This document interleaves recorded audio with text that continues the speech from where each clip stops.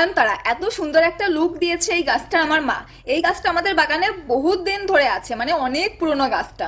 তোমরা অনেকে এই গাছটা দেখে আমাকে প্রশ্ন করেছিলে দিয়ে এই গাছটার এত সুন্দর লুক কিভাবে দিয়েছো বা এই গাছে এত ফুল কি করে আসে। দেখো, যে কোনো গাছের ক্ষেত্রে রেগুলার জল দেওয়ার ম্যাটার থাকে, খাবার দেওয়া মাঝে মাঝে, মাঝে মাঝে ফাঙ্গিসাইড স্প্রে করা, এই ম্যাটারগুলো তো থাকেই। যতই বলি আমরা গাছের খুব একটা যত্ন নিতে হয় না নয়নতারার, তবুও কিছু না কিছু থেকেই যায়। দেখো, এই 1 মিনিটের ভিডিওতে তো আমি পুরোটা এক্সপ্লেন করতে পারবো না, তাও যতটা পারছি ট্রাই করছি। দেখো, বনসাইয়ের ব্যাপারটা, মা গাছটাকে পুরো কাটছাট করে রেখেছে, আর নিচ থেকে যে ডালপালাগুলো বেরোতো সেগুলোকে কেটে দিত শুধুমাত্র গাছটাকে স্ট্রেট করার জন্য।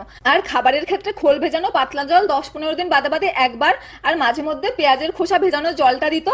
আর 6 মাসে একবার গোবর সার, তারপরে শিংকুচি, হাড়কুচি, নিমখোল এগুলোর একটা মিশ্রণ গাছের গোড়ায় দিয়ে দিত। নয়নতারার এই পুরো বনসাই করার ব্যাপারটা, তারপরে এর যত্ন, এর বেশি ফুল কি করে আনবে, এই পুরো ব্যাপারটা আমি একটা লং ভিডিওতে তোমাদের জন্য আপলোড করে দেবো। যদি কারো দরকার হয় ওখান থেকে দেখে নিও। চলো আজকের জন্য এটুকুই, টাটা।